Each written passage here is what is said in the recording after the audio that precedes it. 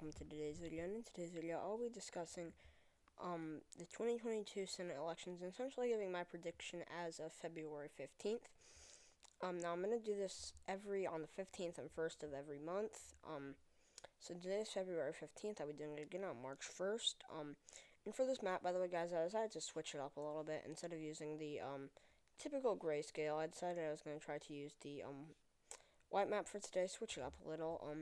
Let me know if you guys want me to keep this or use another map. Actually, tell me what you guys want, what map you guys want for me to do. There are lots of maps. You can find them on yapms.com. A few maps I don't like. I don't really like the metallic one or there's the terminal one, but a lot of them are pretty cool. I'm probably not gonna use the Halloween one until like Halloween. So yeah, let me know which one you guys want, and I might actually just use those because I do like trying to use different maps.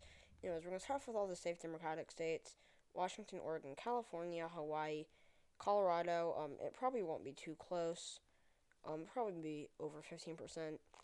Vermont and Maryland could both be relatively competitive should Phil Scott or Larry Hogan decide to run. I think that if Hogan were to run, best case scenario for him is he loses by 2%-ish, probably more like 5%. And Scott, best case scenario for him, losing by like 7-8%. Something around there. I don't think that they would win, but I think that those would generally be their margins of loss, I guess, somewhere around those general areas. And I forgot to label Georgia. That seat will be safe. Now for all the safe Republican states: Utah, Idaho, the Dakotas. Heidi Heitkamp's not going to run. I think if she were to run, it would probably still be, it would be more competitive, but it probably wouldn't be competitive enough to make it likely. Maybe at best for her a 13% margin of loss. But I have Kansas being safe. Jerry Moran, if we go over here, he won it by about 30% on the same map, or on the same ballot that Trump won it by only, if I can get out of Florida, that Trump only won it by about 20%.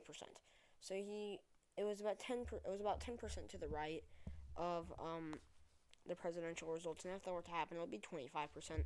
I think it'll probably be something more like 19%, but I think that Moran will probably still end up with a safe victory there. And then instead of Iowa, Chuck Grassley hasn't announced if he's going to retire. I believe he said he was going to decide in the following weeks.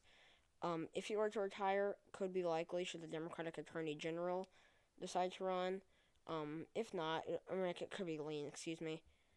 Should the Democratic Attorney General decide to run, maybe even Till if it gets competitive enough. But most likely it will be likely if Grassley decides not to run. But right now it's probably still safe. And then Missouri, it's debatable. It's typically goes between the safe and likely columns. Should the Democrats be able to run someone like Jason Kander, it would probably be lean. I don't think it will. I think it'll probably still be high likely or low safe. So I'm just going to label it safe, but it could still be likely. Same with Indiana, especially if they were to run somebody like Joe Donnelly or Evan Beyer, who were both two pretty good candidates for Indiana. Now for all the likely Democratic states, we actually have none. So let's go get on to all the likely Republican states. We have Ohio, Florida, Alaska, and New Hampshire. So, Ohio, we can go take a look at Ohio back in 2016. Portman won his seat here by over 20%. However, Portman has announced that he will be retiring. And now, I'm on Florida for, I think, probably all of them. But as you can see, Trump won it by 8.1%. A very, large victory compared to, Obama's 2012 performance, where he actually carried the state by 1.9%. So, it's been shifting to the right over the last 8 years-ish. It'll be 10 years by the midterms. But, it'll most likely still be a likely state if the Democrats were to do very well. If the GOP were to run a bad candidate, similar to Jim Jordan, although he's already said that he won't run. I don't think that he will. I don't think it's necessarily like other candidates who said they won't run and end up running. I think that Jordan most likely will, not run. But if the GOP were to run a really bad, really far-right candidate, such as someone like Marjorie Taylor Greene in Georgia, Lauren Boebert or Colorado, or even Jim Jordan in Ohio, it could be competitive if the Democrats were to run. a strong populist candidate like Tim Ryan or Sherrod Brown, who's already their senator, so he's not gonna run for another seat. That would make no sense. In the state of Alaska, we have seen the state be competitive on the presidential level. Donald Trump only carried the state by 10% in 2020. But if we go look over here, Lisa Murkowski ended up carrying it by a pretty large margin, about 16%, in the state of Alaska. But I do think that with ranked choice voting, it will most likely probably be likely Republican. There are discussions of Murkowski flipping to become a Democrat. I'm not necessarily going to say it won't happen. I think that there's a better chance that she doesn't than that she does. But I'm not going to say that it's not going to happen. There's still a chance that it does happen. And if it were to happen, it would still probably be a likely Democratic state.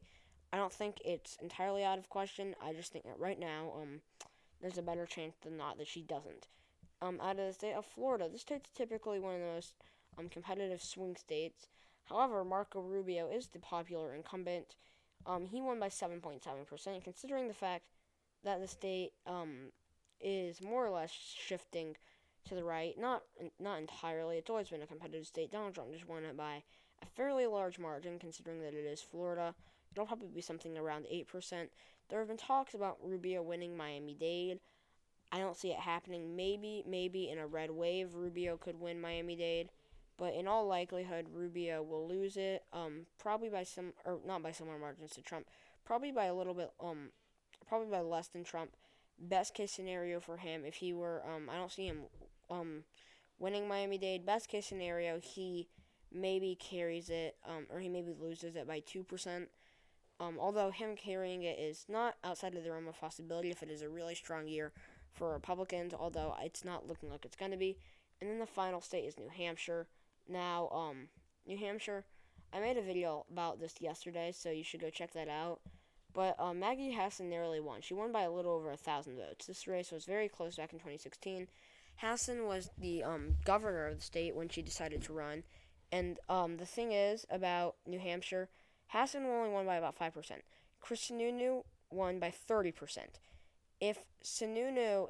Regardless of if the state voted for Biden by 7%, Sununu won by a much, much, much larger margin than Hassan. If he were to run, just because he is so overwhelmingly popular, he would probably end up beating her by around 6 to 7%. By no means is New Hampshire a Republican state anymore. In fact, I would say if Sununu doesn't run, it is a likely Democratic state. But right now, I think that Sununu will ultimately decide to run, so I'm going to label it likely for the Republicans. Now, for all of our lean Democratic states, we have Nevada, Arizona, Georgia, and Pennsylvania. Now, this already brings the Democrats to a majority. But if we go look at all these states, first off, Nevada, Catherine Cortez Masto won here by 2.4%, the same margin as both Joe Biden and Hillary Clinton. The state's not necessarily having many demographic trends. She did lose Washoe County. The only county that she won was Clark County. I think she'll end up carrying Washoe County by around 1 to 2%, ultimately giving her a probably larger lead, or a probably larger victory of 3 to 4%. Now, in the state of Arizona, Mark Kelly, I'm actually going to use this map because it was the most recent race in Arizona. If we go look at it, Kelly won by 2.4%, the same margin as Kyrsten Sinema back in the 2018 midterms. Now, I think that he will probably expand on his margin as the suburbs all throughout Arizona are going to continue to shift to the left, and he'll probably win by 3 to 4%, especially if he can do well in urban areas such as Phoenix. He will most likely win by 3 to 4%. Now, in the state of Georgia, don't get me wrong, I always feel the need to say this. This is by no means a solid Democratic state. Warnock, however, did win here by 2% in a runoff, which traditionally, when it comes to turnout, runoffs have the lowest turnout than midterms and presidential elections. If he was able to win by 2% in a runoff against an incumbent in a state that, yes, Joe Biden won there by 0.3%, but was still traditionally a Republican state, if he was able to do that, if he were to be the incumbent in a state that's trending to the left in an election that he in a seat that he won by 2%, where the higher the turnout is, it benefits him in the type of election with arguably the lowest turnout. now going into election with higher turnout. Like I said, he would be the incumbent in a state that's trending to the left. He will, and he already won by 2%. I'm going to assume that he's probably going to win by 2.5%. Should the GOP run Doug Collins, it could become more competitive. It could become 0.8, 0.7, 0.6. But I think that ultimately Warnock will still win the seat. Now, there are only 2 seats left, and these are going to be probably 2 of the most competitive races in this election. So I will go label Wisconsin first. It is going to be a lean Republican state. Now, going to go look at this, Ron Johnson, did say in 2016 that should he win, he would retire. Should he win a second term, he would, I think was it a second term or a third term? I believe it was a second term. I don't quite remember. He did say that should he run, he would retire. However, he has now taken that back and said that he won't retire. So there's a big question as to whether or not he will retire. Now, we do have to remember, and this is another sign that could support the Democrats, he was gonna, before the Capitol insurrection, he was going to vote to overturn the election results in a state, he was a senator from a state, and that voted for Joe Biden, and he was trying to overturn the election results and ultimately trying to make Donald Trump the president, despite the fact that his state voted for Joe Biden. Now, that could, seriously hurt his chances. However, he did walk it back after the Capitol insurrection. He won by 3.4%, which is a fairly large margin of victory. I think that the Democrats should not just put up a sacrificial lamb. They should put up a strong candidate who can actually fight and try to beat Ron Johnson. But I think they will ultimately fail, and it'll probably be a 1.5% margin of victory for Johnson. Now, the final state, and this state will be close, but I will have to label it as the state of North Carolina. I think that this state, regardless of how competitive it will be a tilt Republican state. There is always some sort of hype around North Carolina flipping, and it never does. Their gubernatorial seat is still blue. I think that we are likely to see whoever the Republican challenger is win by something around 0.8%. Now, if we go look at this, Richard Burr is retiring. He won his seat by, let me see, I think it's about 5.7% if I'm doing my math right, which is a fairly, or it's actually a very large margin of victory. It wasn't that terribly large back in 2016. We can actually go look at Trump's numbers in North Carolina. He won it by 3.6%, so it was larger than Trump's, but not a terribly large margin of victory. But he is retiring, and this will be an open seat. And while the state is shifting to the left, Trump still did win it by 1.5%. Or 1.3% actually. So we have to remember that. Another thing is we have to remember when it comes to the Democrats' argument, the state's suburbs are still red. They're still going to continue to shift. The real question is whether or not they'll be able to shift enough over the next 2 years to be able to flip it. That's the big question. I think that ultimately the answer will be a no. It'll narrowly go to the GOP. I think that if Roy Cooper runs, it is actually a tilt Democratic state, just because he is very popular, unless the GOP were to run a very strong candidate. But ultimately, I think that it'll still probably be tilt red. I will say this, though. I think that seeing something such as this, or something such as this, are much more likely than seeing something such as this.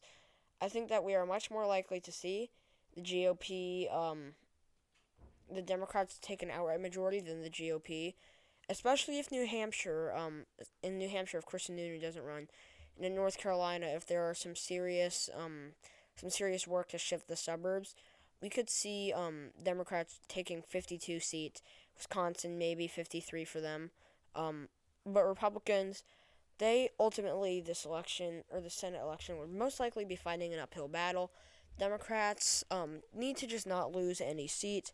Republicans need to gain seats, which is ultimately a problem for the GOP, especially considering the fact that, they are actually supposed to gain seats, but it's supposed to end up probably them gaining a seat, but the Democrats gaining a seat as well, as the Democrats are ultimately favored in one of their seats, that they absolutely do have to keep in Pennsylvania. In fact, I'll talk about that for a second.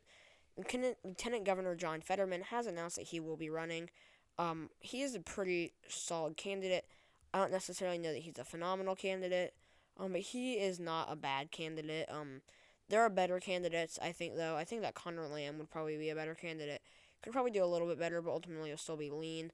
And honestly, that's why Republicans probably won't be able to win in Pennsylvania. There aren't many strong Republicans in the state that could really win on the statewide level. And I think that kind of shows a lot of the problems throughout the GOP nationally, that a lot of these Republicans, there are not many Republicans who can win the primaries yet still win the presidency. I think that the only Republican who can win both the primaries and the presidency is Ron DeSantis. I don't necessarily know that he will run, but that's not really the point of this video. But at this point, I think that this is probably where the Senate stands as of right now. So yeah, thank you guys so much for watching this video. Please like and subscribe. Stay tuned for my next video, whenever that may be, and I will see you all there. Bye!